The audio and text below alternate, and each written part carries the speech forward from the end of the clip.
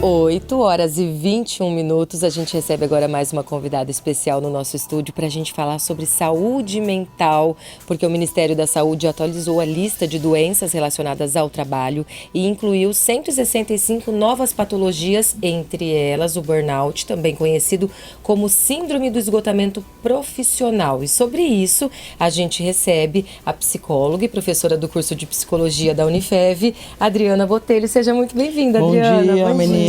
Obrigada pelo convite. Adoro quando eu posso vir aqui. E a gente também, Adriana. Vamos falar um pouquinho especificamente do burnout. A gente começou a ouvir falar sobre ele recentemente e muita gente ainda tem dúvida. O que é essa doença? Quais são os sintomas? Primeiro, assim, o burnout não é uma doença.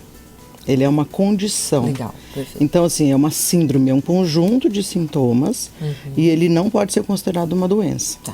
Segunda coisa, ele está no nosso manual desde 1999, Manual de Transtornos Mentais do Comportamento, relacionados ao trabalho. Então, mas como síndrome de esgotamento e tal. Então, como burnout, aí começando a usar mais burnout, mas isso já, a fadiga relacionada ao trabalho, já vem sendo discutida, pesquisada, há muitos e muitos anos. O instrumento que a gente usa, dos instrumentos que já tem pesquisa e tal, é de 1976. Olha só, e a gente achando que é uma coisa nova. Não, então. Mas é por quê? Porque aí a mídia traz, porque foi atualizada a lista de doenças, né? E aí o ano passado o CID também colocou, né? Mas o nosso manual, nós estamos muito adiantados em pesquisas e em olhar para os agravos da saúde do trabalhador, né? Nós temos um sistema SUS.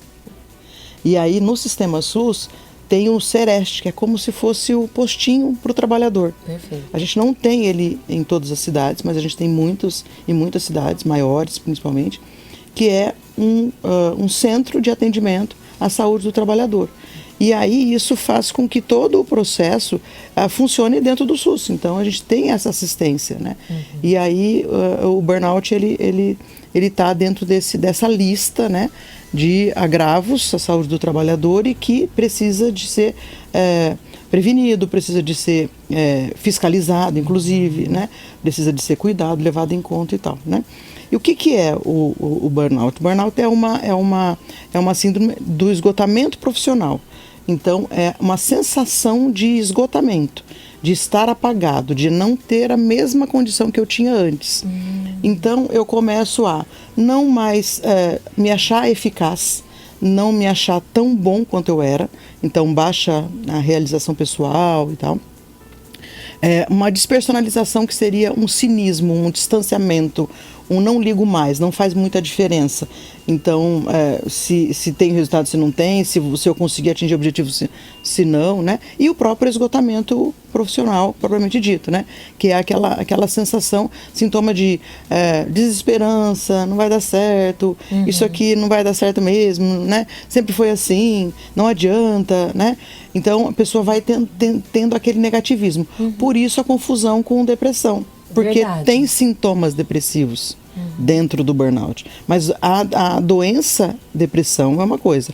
A síndrome de burnout é uma condição relacionada ao trabalho. E que tem um monte de outras coisas que pode aparecer ansiedade, pode aparecer os piriris, por exemplo, pode aparecer enxaqueca, pode aparecer falta de concentração, eu começo a faltar do trabalho, atrasar, a não produzir o que eu produzia antes, né? E aí as pessoas acham que isso é normal. Né? E na verdade é uma condição, é um transtorno mental, né? E que está relacionado ao trabalho. Né? Perfeito. Adriana, e como é feito o diagnóstico? A gente tem, então assim, o ideal, psicólogo, psiquiatra, nós temos escalas para avaliar isso. Recentemente até a psicologia lançou EB-Burn, escala brasileira, EBB-Burn, escala brasileira de avaliação de burnout. Então a gente tem a escala da Malak, que é essa mais tradicional, né? Que ela já foi traduzida e validada para a população brasileira também, então ela também é um instrumento que pode ser usado, né? E a entrevista clínica, então assim, todo o levantamento desses sintomas, né? E aí um protocolo para levantar, né, e fazer diagnóstico diferencial com depressão, com ansiedade, com outros transtornos e tal, né? Mas é sempre pensar, está relacionado ao trabalho. E qual é a causa disso? Excesso de trabalho. Né? Então, assim, é excesso de trabalho, é a pessoa autocomprometida, altamente comprometida, né? Então, a pessoa que vê o trabalho como uma missão, né? Então, tudo é o trabalho, se volta inteiramente para o trabalho. E aí, esse excesso de trabalho, de carga de trabalho, de quantidade e a qualidade do trabalho ruim é que vai gerar exaustão. Porque é como se você... Eu já até falei, quando eu falo de estresse, eu falo disso, né? Você liga o carro e não desliga nunca e não faz manutenção, não sei o quê. É a mesma coisa que a pessoa faz, né? Então, esse ambiente de trabalho insalubre, né? Do ponto de vista qualitativo e quantitativo, é que acaba fazendo com que a pessoa fique tentando se adaptar.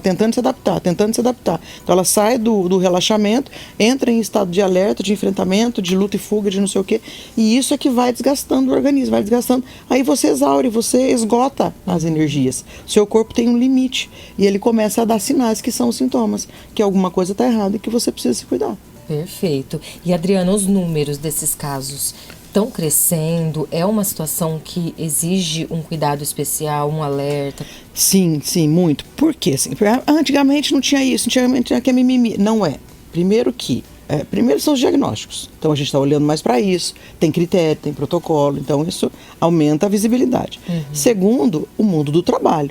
Né? Competição, muito. Globalização, exigência, né? Não tem separação mais do que é trabalho, do que é casa, né? A gente fica do celular, a gente já falou. Então, essa falta de separação desse mundo do trabalho, mundo pessoal, exigência de dedicação, você não pode sair no horário normal. Se você sair no horário normal, você é mal visto. Verdade. Né? Não estou saindo já, mas já está saindo, né? Então, assim, eu quero que priorize a empresa, né? Que a prioridade dos funcionários tem que ser a empresa. Então, é isso que se exige, né?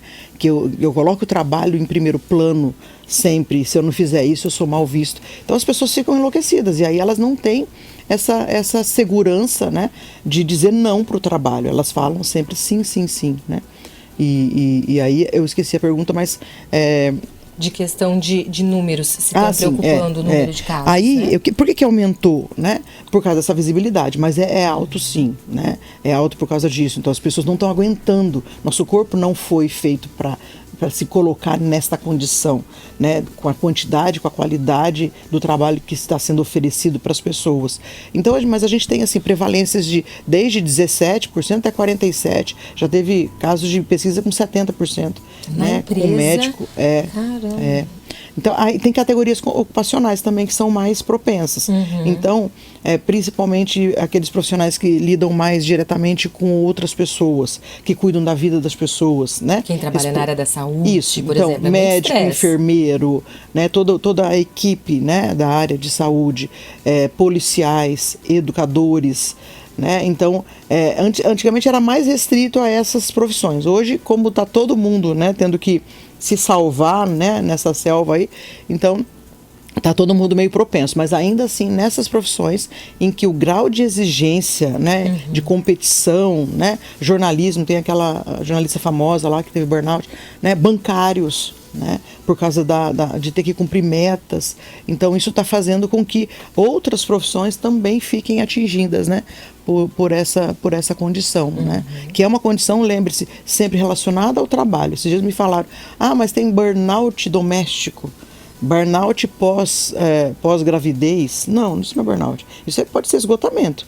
Mas a descrição do esgotamento profissional, né, tem a ver, no burnout, relacionado ao trabalho, às condições de trabalho, à organização do trabalho e também a própria pessoa, porque algumas pessoas não têm resiliência, não têm estratégia de coping adequada, né? Personalidade é mais frágil, então ela acaba sendo atingida mais fortemente, né? Porque ela não sabe lidar com um ambiente insalubre, um ambiente estressor, né?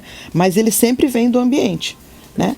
Mas eu posso gerar estresse na minha modo de pensar? Sim, mas é um fator, é uma variável talvez com menos impacto do que o ambiente, do que o chefe, do que o tipo de trabalho que eu realizo, as horas de trabalho, a condição de trabalho que eu tenho, o colega, né? A insegurança, né?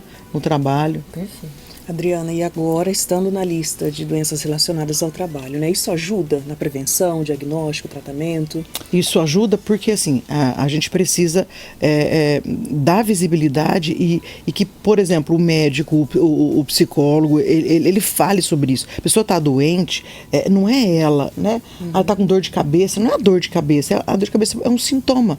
Não estou me concentrando, eu estou tendo diarreia, estou vomitando, não durmo bem, a questão do sono, né? Tudo que eu me alimento faz mal. Então, é um conjunto de coisas que acontecem no corpo da pessoa e que pode estar relacionado com o trabalho. E não há essa relação. Então, quando a gente coloca ela numa lista, quando a gente pode, né, diagnosticar e dar o atestado com aquela condição e tal, também vai educando inversamente, né? Olha aqui, né? Não é uma depressão, né? É burnout, né? Então, mas ainda tem muito estigma, viu?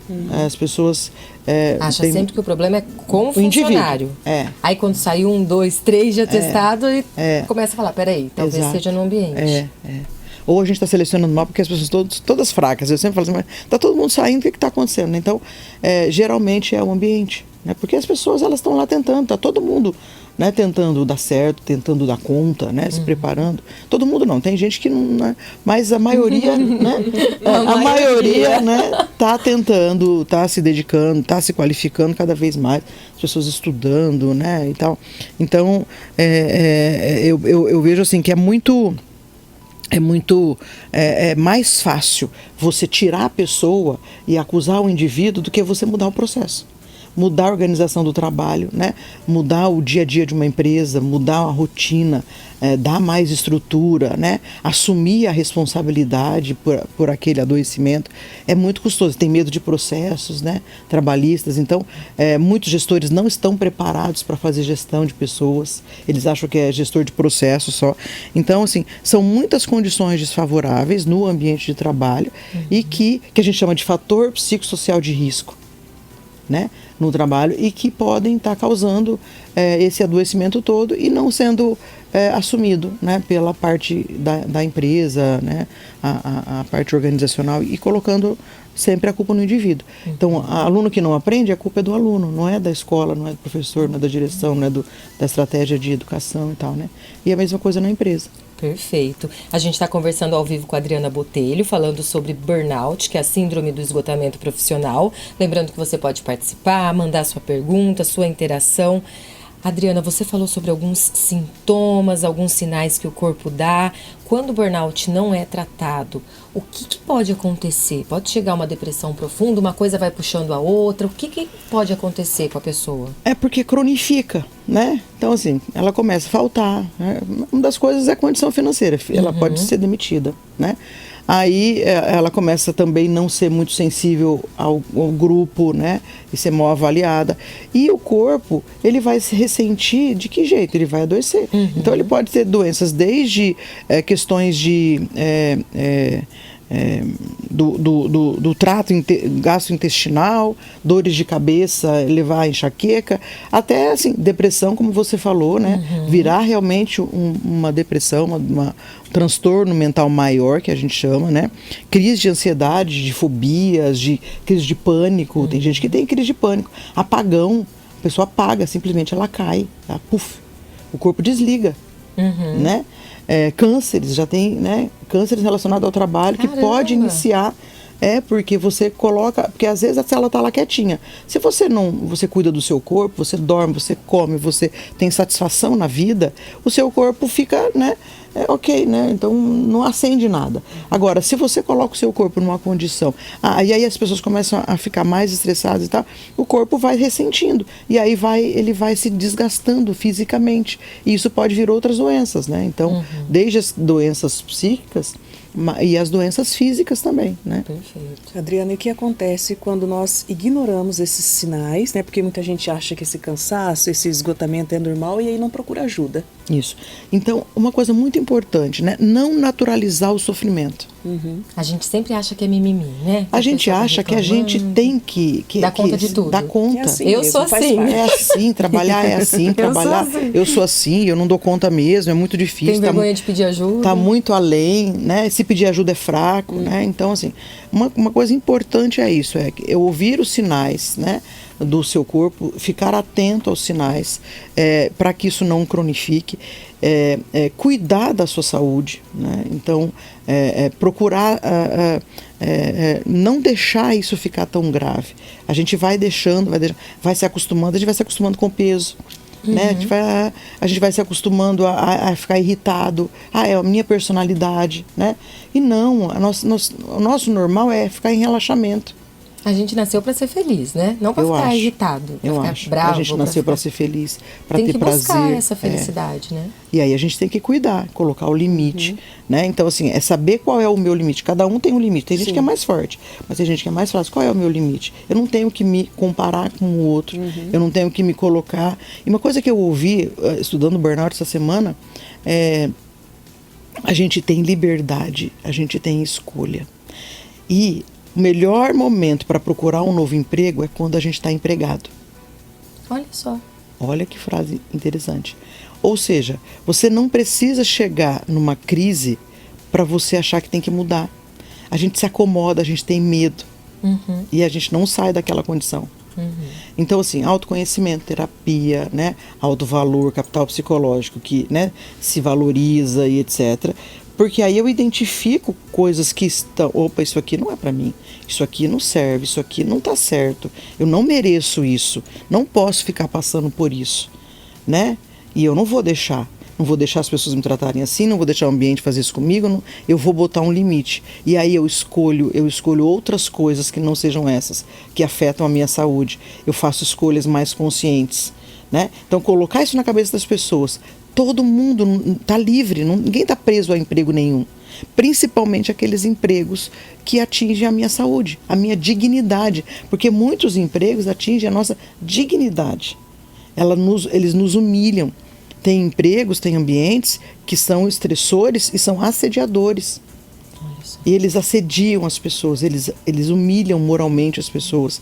Eles colocam as pessoas em condições de sofrimento emocional, sofrimento psíquico, né? Então a gente tem que ficar atento a esses sinais, né? E falar, não, eu não quero isso para mim. E ter escolha. Aí você precisa se preparar, planejar, estudar, né, fazer planejamento a longo prazo para você escolher, falar, não, eu não quero, eu escolho não estar aqui, porque eu não preciso, porque a maioria das pessoas precisa, porque elas não se preparam, elas estão ali sobrevivendo, aquele emprego é uma questão de sobrevivência, se ela não tiver aquele emprego, ela morre, né, não morre literalmente talvez, porque a gente tem, não está no estado de São Paulo, mas muitos sim, né, e algumas pessoas até acham que se não estiver ali vai morrer, né, vai não ter condição de arrumar outro emprego, dali, né?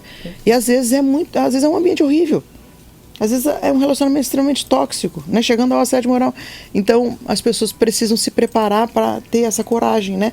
E ter essa liberdade de fazer essas escolhas. Muito bom. Adriana, para a gente finalizar, como que as empresas precisam olhar para essa situação atualmente? Primeiro, se enxergar, perceber que talvez tenha alguma coisa errada no ambiente, o que pode ser feito para prevenir, para tratar, para melhorar o ambiente de trabalho?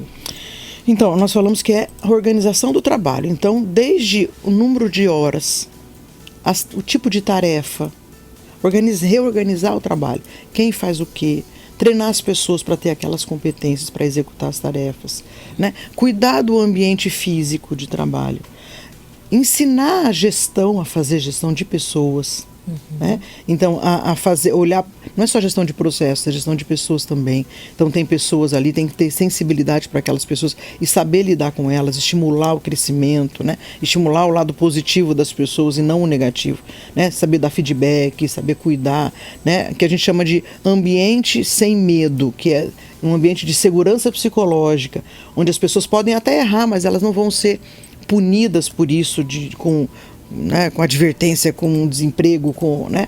Mas que aquilo faz parte do processo, que elas podem falar para melhorar o processo, né? Então, selecionar melhor as pessoas para áreas que se são muito exigentes, pessoas que têm capital psicológico, que têm personalidade, que têm competência técnica para fazer aquilo, né? Então, assim, sempre se preocupar com um ambiente de trabalho que não seja um ambiente indigno, né? Que dê minimamente condições das pessoas trabalharem com dignidade. Né, respeitando as suas necessidades à medida do possível, porque a gente sabe que as empresas elas, né, pensam mais nos próprios objetivos do que dos indivíduos, mas não existe pessoa sem indivíduo, né? Quem faz a empresa são os indivíduos. Tem uma frase muito comum em empresa, em gestão, que eles falam assim que cuide do seu funcionário, que o funcionário cuida da sua empresa, né? Então cuida do seu cliente, cuida do seu serviço. Então isso, esse olhar, né? De começar de dentro para fora, de um marketing não é de fora para dentro, né? De dentro para fora. Então construir um ambiente de saúde, de bem-estar, né? Muito bom, recado tá dado. A gente podia ficar aqui o dia inteiro conversando sobre certeza. isso. Eu adoro quando a Adriana vem. Muito bom. Muito Eu bom, gosto é sempre também de uma vir, aula pra gente, Adriana. E que isso sirva pra Obrigada. gente refletir sobre as nossas vidas, para as empresas refletirem sobre seus processos, seus funcionários, pra gente tentar construir uma sociedade mais saudável. Obrigada pelo espaço, bom dia para vocês. Obrigada, Obrigada. Adriana. Jornal da Manhã, Unifev. 8h42 e a gente fala